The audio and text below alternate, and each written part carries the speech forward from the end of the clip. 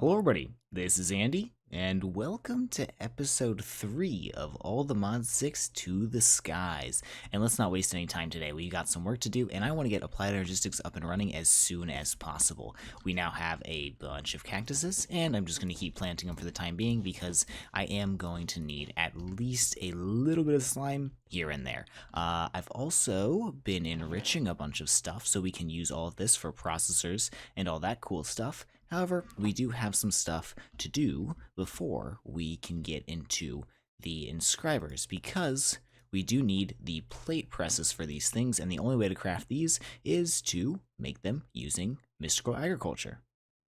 Before we get into that, I do want to mention that I set up the rest of the auto hammers and the auto sieves, and now they're running at least at a little bit uptime. The only one that's running at full uptime is this one, but that's the one that I need the most. It gives diamonds and emeralds and all the metals. This one is also super important, but the uptime that it's running at right now is completely acceptable. And by the time we need thousands and millions of things like redstone or flukes or whatever, we can just make bees. So let's get into mystical agriculture. We're going to need this infusion crystal that is used to make the next tier gem, or the next tier essences. You need to upgrade your essences. So I'm going to make, let's say, two stacks of the next tier essence, so prudentium. Looks like I have to do it by hand.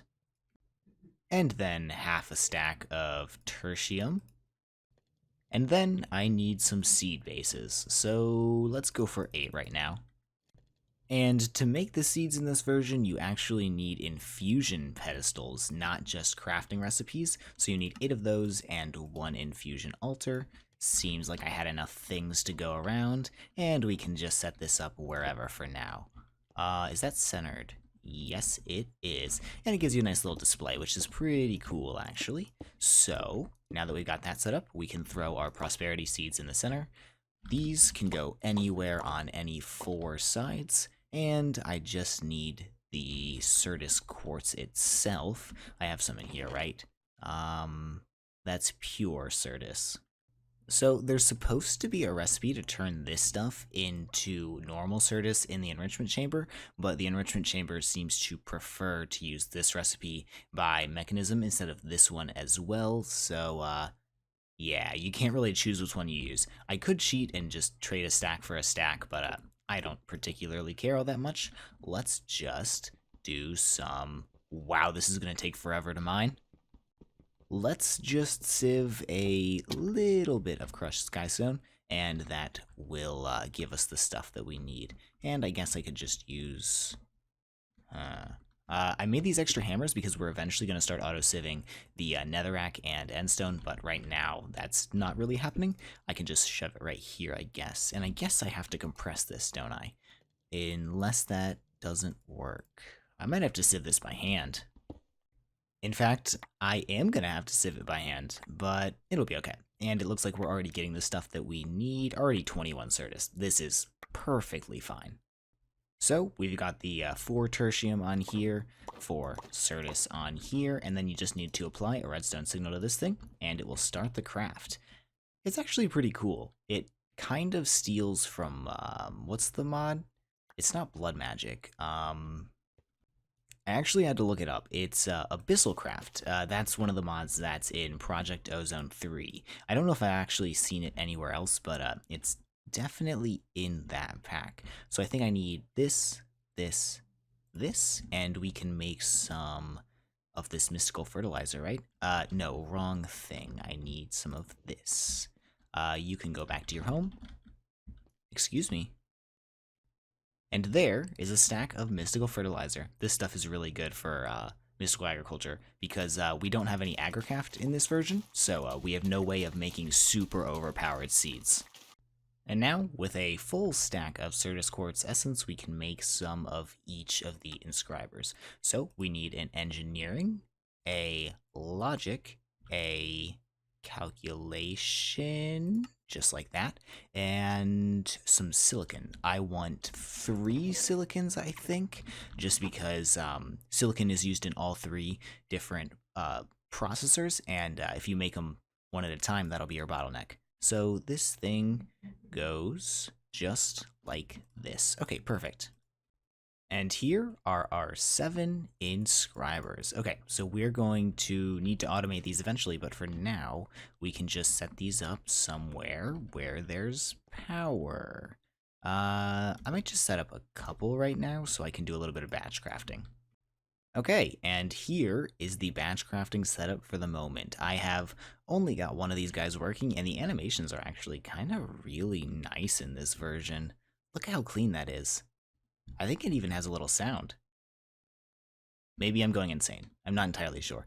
Oh, I see wood over here. I should probably not let this just sit here. That's kind of important. I did just make it.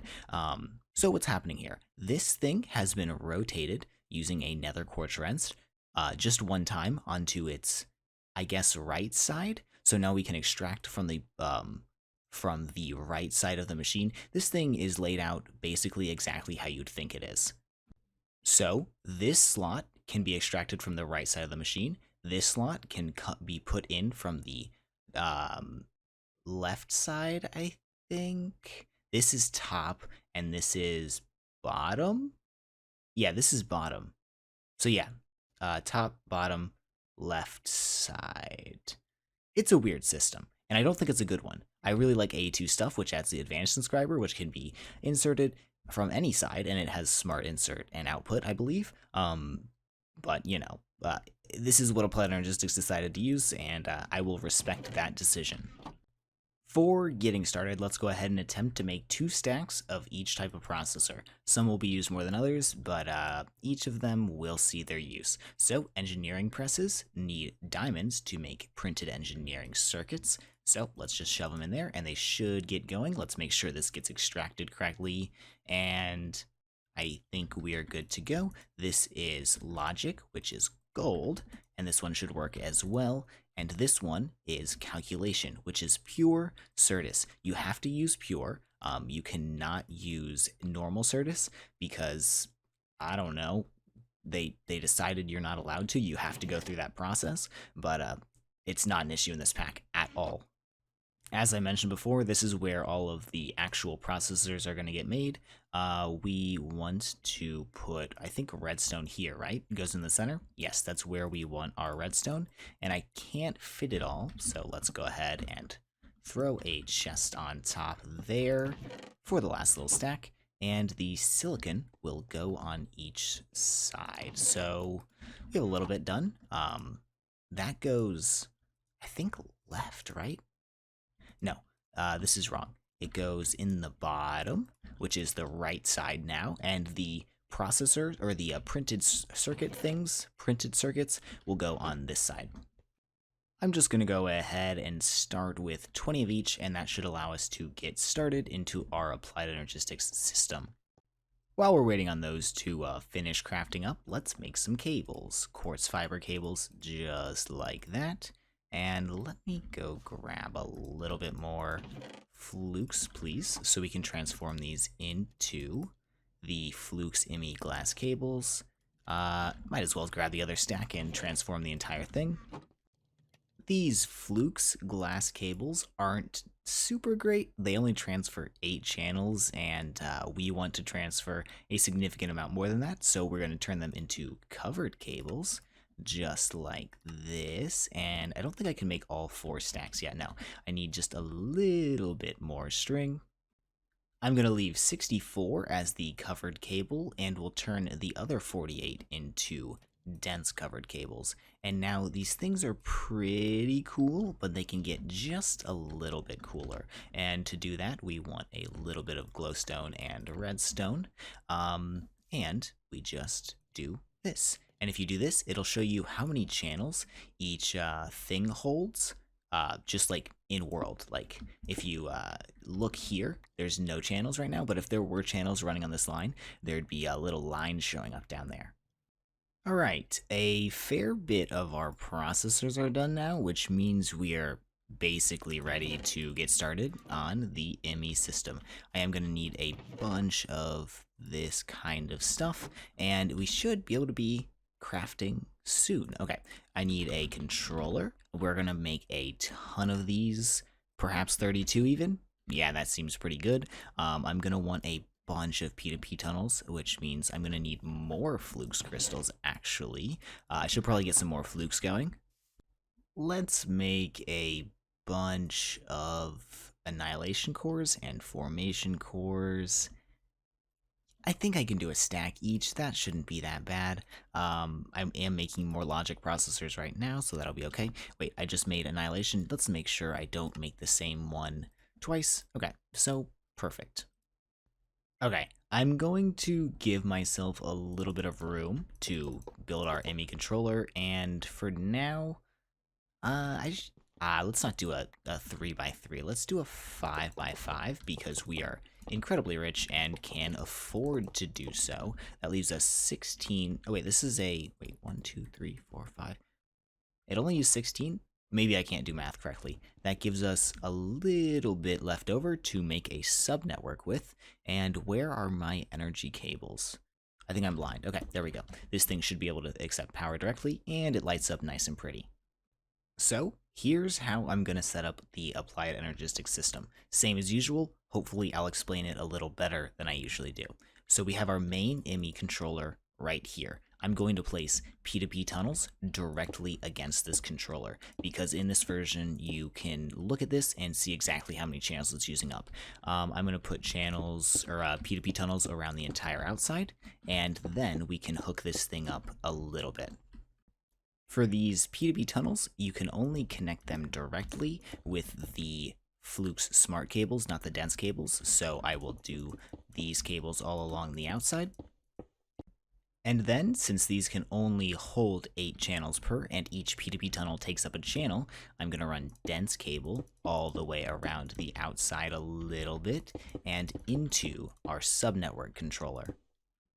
I also went ahead and moved the energy cable underneath the platform, so it's not quite as ugly, because this is going to take up a lot of space. And now, as you can see, this thing is powered. That thing is not powered. That's because these P2P tunnels are condensing the channels from this controller. Each face of the controller can have 32 channels on it. However, it doesn't transfer power through the P2P tunnel itself. What we need to do is transfer power into the subnetwork another way. And what we can do is use a quartz fiber along with a smart cable, just like that. And as you can see, everything just lit up. That's because this thing is now transferring power to the other parts of the system, but it's not transferring channels because the quartz fiber doesn't allow that to happen. It can only transfer power, not channels. And since I'm using this subnet right here, I can run channels off any of these, and as long as I don't overload these channels, I can transfer anything from the mainnet to here and trivially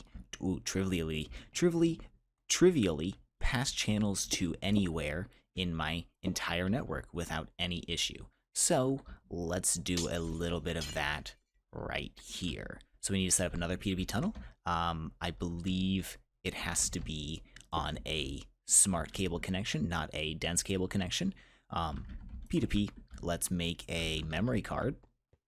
And then if I right click on one of these guys, it will create a configuration and copy it to the memory card. As you can see, it has a frequency now. And then this is a shift right click, by the way, if you couldn't tell. I don't remember if I said that correctly or not. And then if you normal right click on one of these, it will have an output side now, and eventually it'll turn on and it'll say it has channels and it's using a singular channel. As you can see, that shows up right there.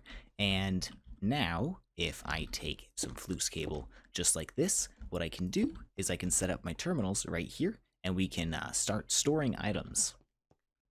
I want a couple of terminals. I want an interface terminal to show all of my interfaces on the network.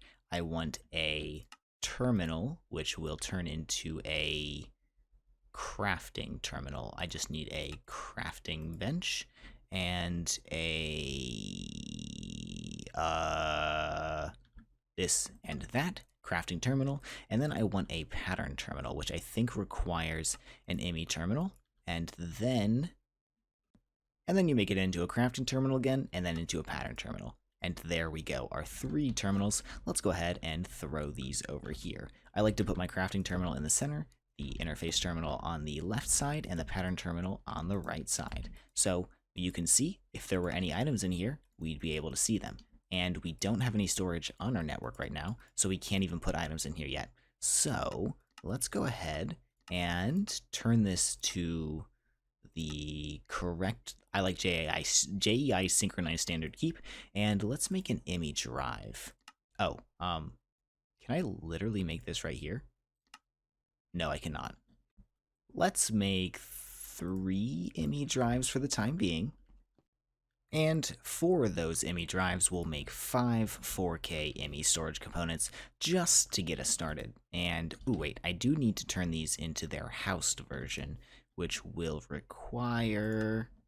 Hey, it looks like I can do it. I am going to have to throw some stuff on the ground and go toss these in here. I am quite literally on my last legs for storage. None of my chests have any inventory left, and it's not looking great. And there we go, everything is lit up nice and good, and we can store all of our garbage in here now. So let me transfer a bunch of my stuff over, so we'll make crafting a little bit easier, and then we can craft some more things. To make this a little bit more fun, I'm going to make a ring of magnetization from Botania. And if I remember correctly, this thing doesn't require any power, or any mana to make it work. So let's toss some stuff on the ground and see if it will drag it towards me. Come on. Okay, perfect. I'm just gonna break all these chests now and drag all my stuff over there. Hopefully, this doesn't destroy everything. Let's try and not drop stuff in the void as well if we can. Don't go in there, please. And what I can do is just do this. That's pretty nice. Okay, I went ahead and made 5 more 4K Emmy storage cells. So now we have a bunch of storage. And this is all of my items. It doesn't feel like a lot, and that's because it's not actually all of my items. Most of my items are in drawers right now, so we need to hook this drawer system right here up to the Emmy storage network. Alright, I ran some P2P lines underneath the ground just to make it slightly prettier. I don't know, I don't want this base to be disgusting, so we need to connect them up to the Emmy controller. So you see the first one right here, it's a different color, that's how we know it's in use, and you can see... Oh, you can't see how many channels it's using, maybe I'm wrong. We're not going to worry about that. It probably won't be an issue in this pack, but some bigger packs it might be an issue. So I'll link this one to there, and then you shift right click to clear your memory card, and I will link this to over here. And then what I can do, once this is on, I can put a smart cable here and a storage bus on here, and once this thing comes back online, we should be able to see everything in that storage system in here now. So as you can see, we have a lot more stuff in our Emmy system now. Now that we can see most of our storage on the Emmy network, let's go ahead and get into something a little bit cooler. I need a bunch of crafting tables. I need slightly more crafting tables than that. I need 32 to be exact. I should probably actually put the stuff that I craft in the Emmy system. 1, 2, 3, okay. And then let's make some molecular assemblers. I'm going to make 32 of these bad boys. Ran out of quartz glass, that shouldn't be an issue. And make me some more. 32 of those, perfect. Along with those 32 molecular assemblers, I'm going to want 32 Emmy interfaces. We are going to be crafting a lot of Emmy interfaces, I promise you that. They're used in auto crafting in every single type of way. So I've set up another tunnel right here, and what I can do is basically set up these interfaces next to molecular assemblers. I like to use this pattern right here and then just alternate it up like this. It's not the most efficient you can get, but it's, pretty easy to do, and it's what I like doing. Since we're almost assuredly not going to need more than these 32 assemblers, I'm not going to bother making it look super nice or anything. We're just going to have 4 little 8 Emmy interface towers, and that which will or should be enough patterns. Now, you can stack all these up in one go, but do keep in mind each Emmy interface can only flow 8 channels through it. So if you want to make this twice as tall, you're going to have to expand the dense conduit or the dense cable upwards. Up to you. You can do whatever you want. I'm just going to keep doing it this way. So now, if we come to our interface terminal, we can see Molecular Assembler 32. And if I put some patterns in here with things to craft, I will be able to auto-craft, except for one issue. We don't have a crafting storage. This is the thing that keeps track of all the crafting that's going on and makes sure that everything is going to look okay. 16 million crafting storage? That's a little aggressive. Why don't we make some 4K crafting storages? Actually, I'm feeling a little fancy today. Let's do 16K wow, can't speak. 16K crafting storages. Same as before, gave it its own P2P channel, and if I put these co-processing units down, we should be able to see them connect to the system, and if we make a pattern, it should be able to craft it. These things do need to be square or rectangular, or they won't form, which is something you need to keep in mind.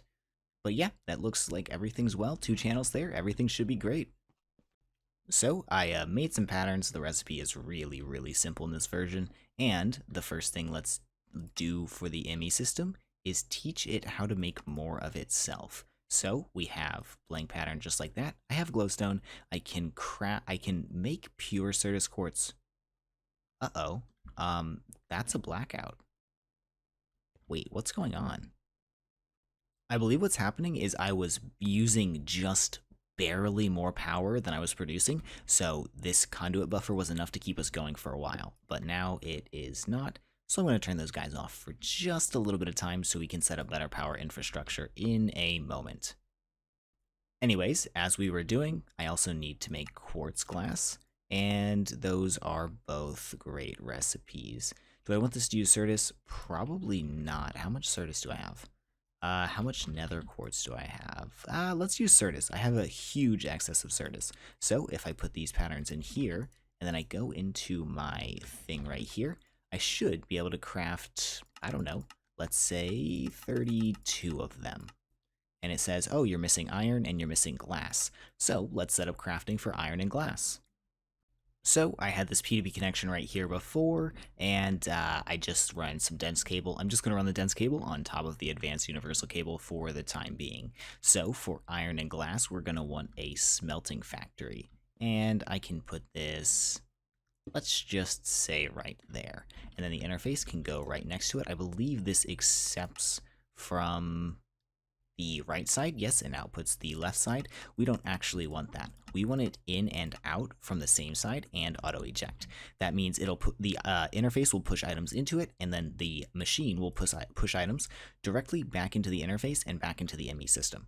We need to connect this thing with a cable just like that, and you can see it takes up a channel. And if we go over here, it should be named Smelting Factory. And now I can make a pattern for iron ore chunks, just like that. And then if I change this to processing, I can tell it that 1 iron ore chunk turns into 1 piece of iron. I don't think I'm going to bother doubling ores at this moment. Bees will give us more ores than we could ever need. It's just simply not worth it. So if I put this in here and this in here, we should be able to say, give me 300 of that, and it should go directly into this machine and start working. Perfect. Auto sort needs to be on, and looks like we're cooking. Okay, I went ahead and set up a couple more machines here. I haven't really put any patterns into them yet, except for the crushing factory can now make some stuff. But let's go ahead and set up the enriching factory as well. I made a bunch of these because I was thinking I might completely passive this process, but I don't think I'm going to. What we're going to do instead is make things on demand in very specific quantities. So I want that, and auto eject is on. So if you enrich redstone, you get enriched redstone. This is worth 8 times the amount of redstone in the infusion thingy. And I just need to shove it into the, oh shoot. Which one's which? I don't know which one's which. I could rename one of these interfaces. I'm not going to bother to. Once this is in here, I'll know that this is the one that makes these like board things. I don't know what they're called. Yeah, we should be fine. With that set up, I should be able to make a recipe that says 1 enriched redstone and 8 iron, I guess I can't pull out in that way, turns into 8 enriched alloys. But I think I need to run the recipe once first, just to make sure. I am curious of one thing. With the new input-output thing on Mechanism's machines, will it put the extra in the extra slot through that face, or will it just fail to do the craft? So it's crafting the enriched redstone right now. It's going to take a minute because I haven't upgraded that machine at all, but it'll be done in just a moment. And there we go. And it looks like it failed to put it in there. So in that case, let's change this up slightly. Instead of pushing directly into the machine, we're going to buffer into a chest first, and I did rename this interface just for just to make sure, just so I don't have the interface named chest. That's never very cool. So we'll buffer into the chest and then use item pipes to transfer to the places we want it to go. So I want to put input on top, and then in through the front I want the extra, and then I guess I can pull out the left side and shove into this interface. Actually, to make it look slightly less terrible, I'm going to pull out the bottom and shove it back into this interface, just so we can keep some space in between our machines. I don't know. I like how this looks. Anyways, it should work if we order a little bit of the, what is it? Alloy something? Infused alloy. I think it used to be called enriched alloy. Did I not put the... Oh, I didn't connect the thing back on. That's an issue. There we go. And now the pattern should be in here. And let's order 32. And hopefully this will work just fine. To me, it looks like this is working just great. I am using blocking mode here, so hopefully that will keep us from getting jam-ups if we order multiple different types of things at once. But I should be able to put in the recipes for the control thing and maybe even steel in here. And with a little bit of pattern adding, I am now able to go to advanced factories, which makes all of these machines close to twice as fast. They consume just the same amount of power, but they're faster now, I promise. And I've also fully upgraded all these guys. So they use a lot of power, but they're very, very quick, and it makes me very, very happy. Anyway, guys, as the sun rises behind me, I'm gonna leave it off here. Hope you all enjoyed. Hope you guys learned something. If you don't really understand applied energistics, hopefully this helped just a little bit. Next time, I believe we will get a lot more done. I expected to get more done. However, I did a lot of talking about applied energistics, and I was a little bit careful in setting up the system. We'll do a little bit of cleaning up next time, and hopefully fix the power infrastructure as soon as possible. Have a fantastic day, and I'll see y'all next time. Take care. Bye-bye.